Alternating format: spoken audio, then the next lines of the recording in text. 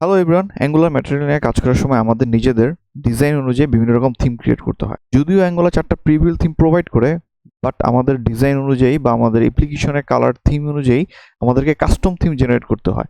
তো এই ভিডিওতে আমরা দেখব কিভাবে অ্যাঙ্গুলার ম্যাটেরিয়াল ইউজ করে আমরা কাস্টম থিম জেনারেট করতে পারি। তো চলেন শুরু করা যাক। এটা হচ্ছে অ্যাঙ্গুলার ম্যাটেরিয়ালের একটা ডিফল্ট থিম, যেটা হচ্ছে ইন্ডিগো পিঙ্ক। অ্যাঙ্গুলার এরকম আরো 3টা অ্যাডিশনাল থিম প্রোভাইড করে। সো আমরা যদি ওই থিমগুলো দেখতে চাই তাহলে আমাদের যেতে হবে হচ্ছে থিমিং, দেন হচ্ছে যে আমরা যদি পেইন্ট বাটনে ক্লিক করি দেন হচ্ছে এইখানে আমরা 4টা থিম দেখতে পারবো। একটা হচ্ছে deep purple and amber, indigo pink, pink and blue grey, আর হচ্ছে পার্পল অ্যান্ড গ্রিন। তো অ্যাঙ্গুলারের যে প্রিবিল্ড থিমটা ইউজ হয় সেটা যদি আমরা খুঁজে বের করতে চাই যে কোথায় অ্যাঙ্গুলার এই প্রিবিল্ড থিমটাকে ইনজেক্ট করে, তো আমাদেরকে যেতে হবে হচ্ছে অ্যাঙ্গুলার ডট জেসন, দেন হচ্ছে স্টাইলস, দেন হচ্ছে এই যে স্টাইলসের মধ্যে এইখানে অ্যাঙ্গুলার থিমটা ইনজেক্ট করতেছে। অ্যাঙ্গুলার ম্যাটেরিয়াল, দেন হচ্ছে প্রিবিল্ড থিম, হচ্ছে দেন হচ্ছে ইন্ডিগো পিঙ্ক। তো আমরা যদি হচ্ছে এই ডিরেক্টরিতে যাই তাহলে হচ্ছে আমরা ঠিক সেমভাবে আরও 3টা থিম দেখতে পারবো। তো আমরা যদি যাই নোট মডিউল, দেন হচ্ছে অ্যাঙ্গুলার, দেন এখান থেকে ম্যাটেরিয়াল, দেন এইখান থেকে যদি আমরা প্রিবিল্ড থিমে যাই, প্রিবিল্ড থিম, দেন হচ্ছে এই যে এখানে 4টা থিম দেখা যাচ্ছে। আমরা যদি এইটা ইউজ করি তাহলে দেখি আমাদের আউটপুটটা কীরকমভাবে চেঞ্জ হয়। সো আমি যদি সেভ করে আবার বিল্ড দিই, ওকে, সো আমরা যদি আউটপুটটা দেখি, দেখেন এইখানে আগের যে কালারগুলো ছিল এখন কিন্তু টোটালি চেঞ্জ হয়ে গেছে। এই যে প্রাইমারি কালারটা চেঞ্জ হয়েছে, এক্সেন্ট কালারটা চেঞ্জ হয়েছে। তো ওভারঅল যে কালার থিমটা ছিল তা কিন্তু এখন একটু ডিফারেন্ট, যেটা হচ্ছে এই ডিপ পার্পল অ্যাম্বার ইউজ করার কারণে। ওকে, সো আমরা যদি একটা কাস্টম থিম ডিজাইন করতে চাই তাহলে হচ্ছে আমাদের কয়েকটা জিনিস আগে বুঝতে হবে। তো প্রথম যে জিনিসটা বুঝতে হবে সেটা হচ্ছে কালার প্যালেট। তো কালার প্যালেটটা হচ্ছে কোনো একটা কালারের এই হিউর উপর ডিপেন্ড করে বিভিন্ন ভ্যারিয়েশন। যেমন হচ্ছে আমরা যদি এই যে ইন্ডিগো প্যালেটটার কথা চিন্তা করি, এটার 50তে যে ভ্যালুটা কেমন হবে, 100-এর ভ্যালু কেমন হবে, 200-এর ভ্যালু কেমন হবে, এইভাবে আপ টু 900 পর্যন্ত হচ্ছে আমাকে প্রত্যেকটা ভেরিয়েশনের জন্য আমাকে এই পুরো জিনিসটাকে ডিফাইন করতে হবে। তো এইটা যদি আমরা দেখতে কেমন লাগে সেটা যদি দেখতে চাই, আমরা যদি হচ্ছে এই যে ম্যাটেরিয়ালের কালার থিমের ওয়েবসাইটটাতে যাই তাহলে দেখেন এই যে এইটা হচ্ছে 900-এর ডার্ক ভার্সনটা, কিন্তু এটার 50-তে হালকা একটু লাইট, দেন 100-এ আরেকটু ডার্ক, দেন 200-এ আরেকটু ডার্ক, 300-এর আরেকটু ডার্ক। তো এইভাবে আপ টু 900 পর্যন্ত এই যে কালার ভেরিয়েশনগুলো ঠিক এইরকম হয় দেখতে। সো আমাদেরকে যখন কোনো একটা থিম নিয়ে কাজ করব, ধরেন আমাদের পুরো অ্যাপ্লিকেশনগুলোর মূলত 3টা কালার থাকে। একটা হচ্ছে প্রাইমারি কালার, একটা হচ্ছে সেকেন্ডারি বা এক্সেন্ট কালার, আর একটা হচ্ছে ওয়ার্ন কালার। তো আমাকে প্রত্যেকটা কালারের জন্য এইভাবে থিম প্যালেট বা হচ্ছে কালার প্যালেট ডিজাইন করতে হবে। ফার্স্ট কাজই হচ্ছে আমাদেরকে এই কালার প্যালেটটাকে ডিজাইন করা। এখন কথা হচ্ছে যে আমরা কালার প্যালেটটা কোথা থেকে ডিজাইন করব, রাইট?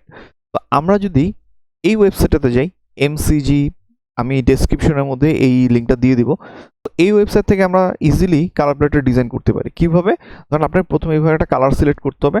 মনে করেন আপনি একটা কালার সিলেক্ট করছেন হচ্ছে এইটা, দেন চুজ, দেন হচ্ছে আমরা যদি ভিউ করে যাই, দেন এইখান থেকে যদি অ্যাঙ্গুলার জেএস 2 দিই, আমি জানি না কেন অ্যাঙ্গুলার জেএস লেখা, এটাতে ক্লিক করি তাহলে হচ্ছে পুরো ভ্যারিয়েশনগুলো আমরা এখানে ইজিলি দেখতে পারবো, ঠিক যেইভাবে অ্যাঙ্গুলার প্রোভাইড করে। অ্যাঙ্গুলার কিভাবে প্রোভাইড করে সেটা যদি আমরা দেখতে চাই তাহলে আমাদেরকে যেতে হবে হচ্ছে এই লিঙ্কটাতে, গিটহাব, দেন হচ্ছে অ্যাঙ্গুলারের যে ডকুমেন্টেশন আছে গিটহাব, দেন হচ্ছে এইখান থেকে প্যালেট ডট সাস, এই ফাইলটাতে যদি যাই, এইখানে দেখেন ঠিক সেমভাবে অ্যাঙ্গুলার কালার প্যালেটগুলো ঠিক এইভাবে ডিফাইন করে।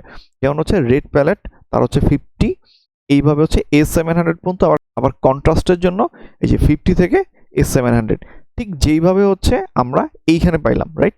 এই যে 50 থেকে A700, কন্ট্রাস্টের 50 থেকে A700। আমাদের ফার্স্টে যেটা করতে হবে, এই যে অ্যাঙ্গুলার ম্যাটেরিয়াল, এই যে এইটাকে আমাদেরকে ইম্পোর্ট করতে হবে এবং হচ্ছে অ্যাজ এ ম্যাট হিসেবে। কারণ কি এই ম্যাটটাকে সে অ্যাজ এ ভ্যারিয়েবল হিসেবে ট্রিট করতেছে, এবং এই ম্যাটকে ইউজ করে আমি এর যে মিক্সিংগুলো আছে বা এর যে ফাংশনগুলো আছে এইগুলো হচ্ছে আমি ইউজ করতে পারবো। এই কারণে আমাদের ফার্স্ট কাজ হচ্ছে এইটাকে ইম্পোর্ট করা, রাইট? তো এটাকে আমরা ইম্পোর্ট করলাম। আমাদেরকে যেটা লাগবে, আমাদেরকে হচ্ছে কালার প্যালেটগুলো ডিফাইন করতে হবে। তো এইটার জন্য আমাদের যেতে হবে এই যে এইটা মাই প্রাইমারি ম্যাট ডিফাইন, দেন হচ্ছে প্যালেটের ভ্যালুটা। তো আমি 3টা নিয়ে নিলাম। তো এইটার নাম দিলাম হচ্ছে প্রাইমারি, সেকেন্ডটার নাম হচ্ছে এক্সেন্ট, দেন হচ্ছে 1।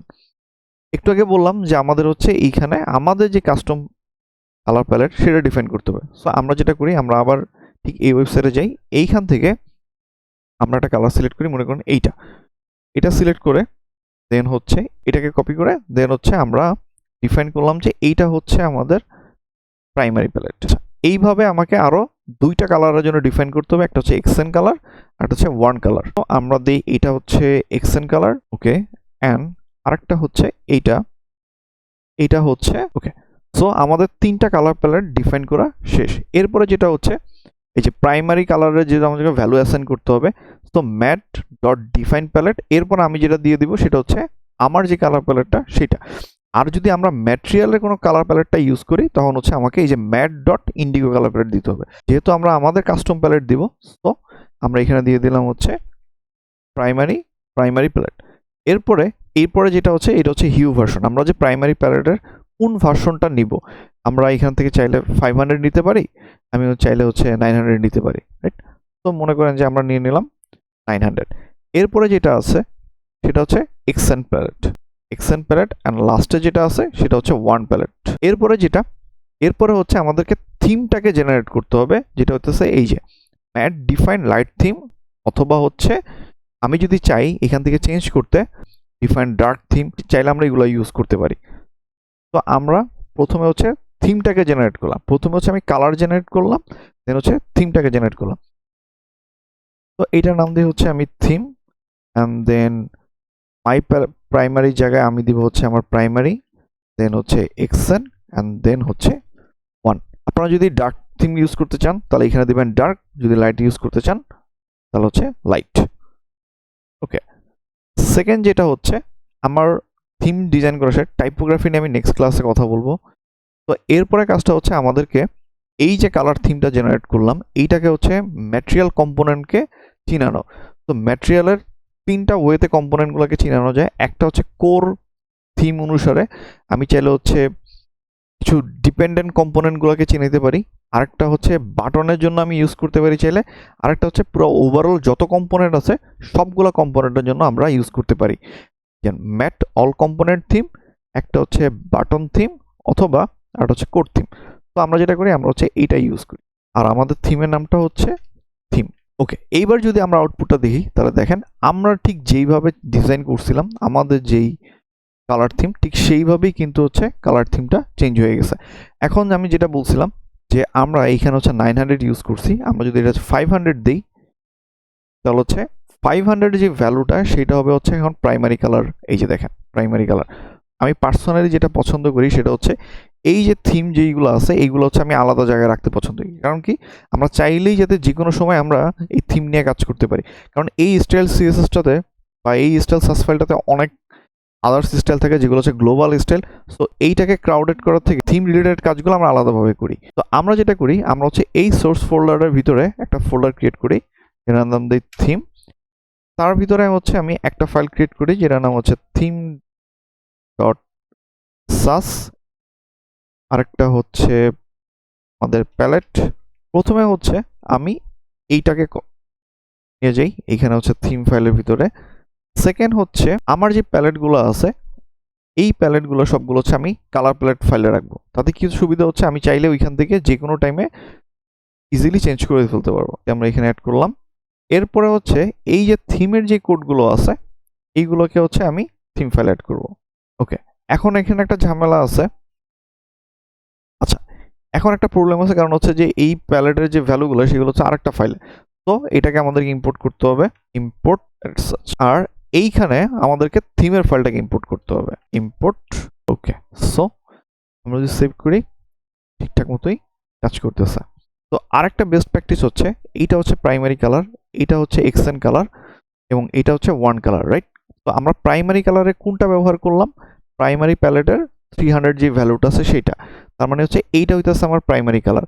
তো আমরা যেটা করতে পারি যে আমরা যেহেতু আমাদের বিভিন্ন সময়ে কাস্টম যখন স্টাইল ক্রিয়েট করি তখন হচ্ছে আমাদের প্রাইমারি কালারটা অ্যাড করতে হয়, যেমন কালার প্রাইমারি কালার অথবা background colour primary colour, right? তো আমরা এই যে তিনটা colour primary colour, Xcent colour, হচ্ছে ওয়ান কালার, এই তিনটা কালারের ভ্যালুগুলো আমরা আরেকটা ফাইলে ক্রিয়েট করে রাখতে পারি, যাতে হচ্ছে যখন আমাদের প্রয়োজন পড়বে তখন আমরা হচ্ছে ওই ফাইলটাকে ইম্পোর্ট করব ওই কালার ভ্যারিয়েবলটাকে ইউজ করার জন্য। তো আপনারা চাইলে এইখানে আরেকটা হচ্ছে ডট সার্চ, এইখানে আপনারা চাইলে সেট করতে পারেন প্রাইমারি কালার, দেন সেকেন্ডারি কালার, দেন হচ্ছে ওয়ান কালার। আর এই প্যালেটে যে হচ্ছে ওই ফাইলটাকে ইম্পোর্ট করে এইখানে হচ্ছে সেই প্রাইমারি কালারটাকে ভেরিয়েবলটাকে ইউজ করা। তো অ্যাঙ্গুলার ম্যাটেরিয়ালে খুব ইজিলি ভাবে আমরা এই কাস্টম থিম নিয়ে কাজ করতে পারি। নেক্সট ভিডিওতে আমরা দেখব কিভাবে হচ্ছে আমরা ইজিলি থিম সুইচ করতে পারি, যেমন ডার্ক থিম থেকে লাইট থিম অথবা লাইট থিম থেকে ডার্ক থিম। Thank you.